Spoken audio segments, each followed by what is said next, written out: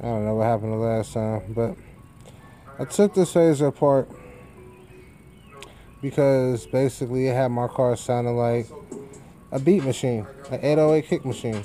So I took it apart and basically I noticed that this thing was rotating.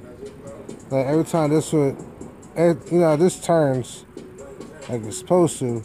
This one was rotating just like this, and then this would turn. Like it was crazy.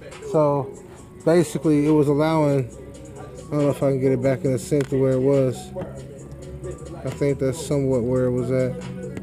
Anyway, this trash was basically okay. I think this is somewhat relevant to where it was at.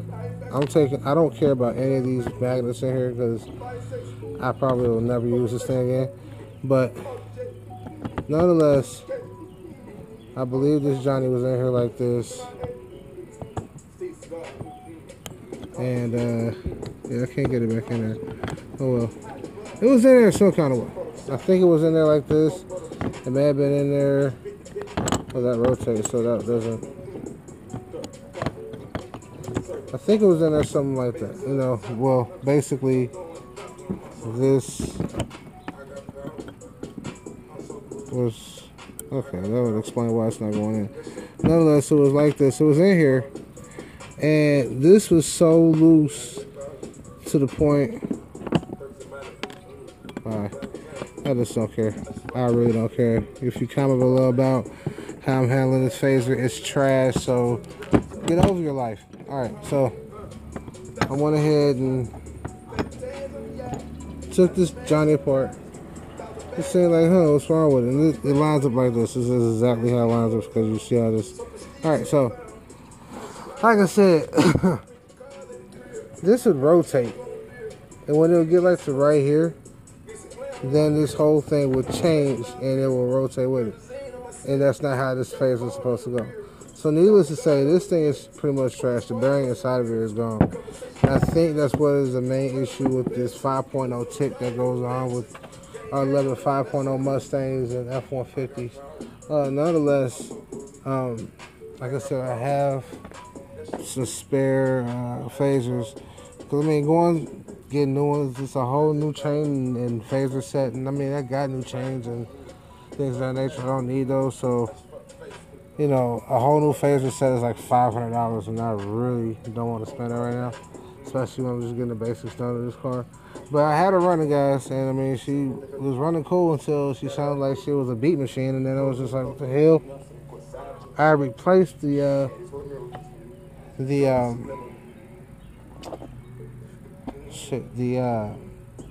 connector rod bearings, and that was my initial tick issue, but this is a whole nother issue. And guys, I cannot stress enough, make sure when you are dealing with these cars, especially rebuilding these motors and trying to diagnose these ticks, because it could happen at either end. It could be the phaser, and it could also be the connector rod bearing.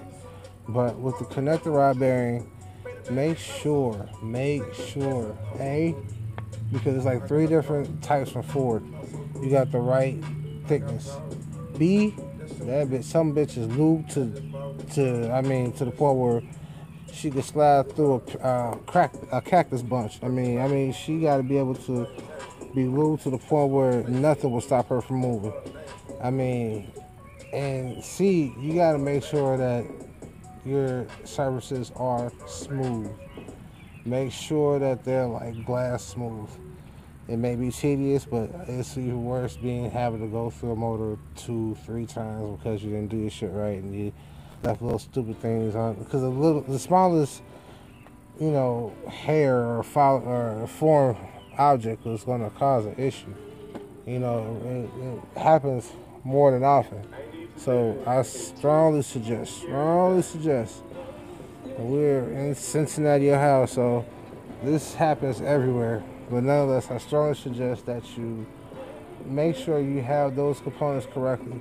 I strongly suggest that Ford revises this and looks into this matter because this is a known issue. And that's embarrassing, especially for a product that's trying to make its, a company trying to make its name known. up against, the likes of GM. This has to be fixed. Don't turn a deaf ear for it because it's going to make people leave. And, you're already saying some erratic bull crap about making all the production just trucks and Mustangs. And don't get it twisted. I love the Mustang, but the other cars count too. So, the guy that came up with that idea, I think you are like the dumbest person in the whole world. But that's just my, that's just my, I guess you could say, my thought on it. I don't agree with it. But that's just all off the tangent. We're talking about phasers.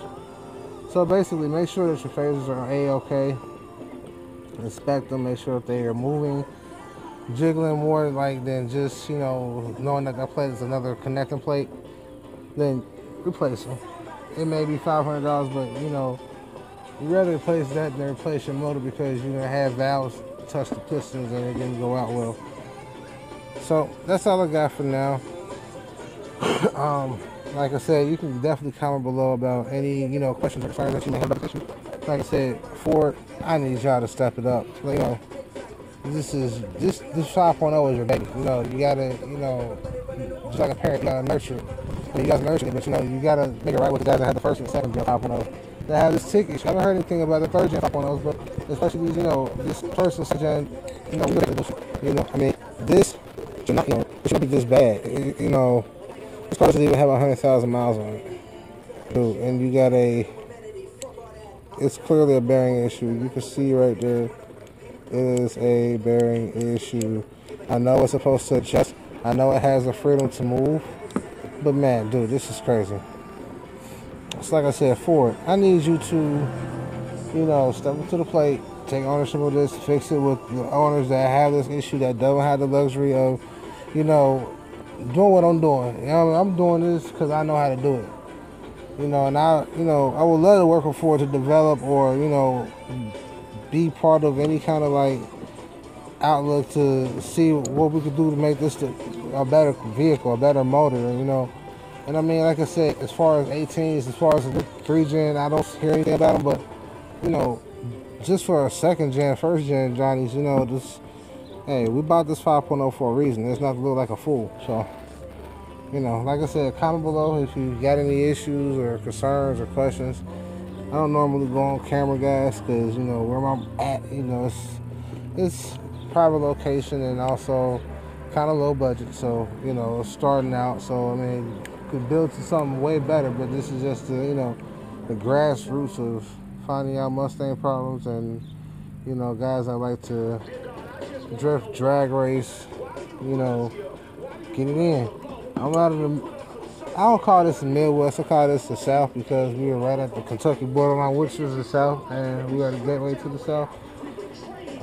Nonetheless, it's not a lot of big racing scene out here in Cincinnati, but, I mean, we got Edgewater, we got Tri-State, we don't have that much, the drift enthusiasts like you can hear from Cletus and from Hoonigan and stuff like that, but I know that it's a lot of us out here. We just need to come out. So if any of you guys hear this video, see this video here in Cincinnati, hey, comment below. We can link up and get it in. All right, till next time. And I'll make it a lot more frequent than what I've been doing because it's been like, far in between. But until next time, we're going to be here and we're going to be, turned up to the max. 1.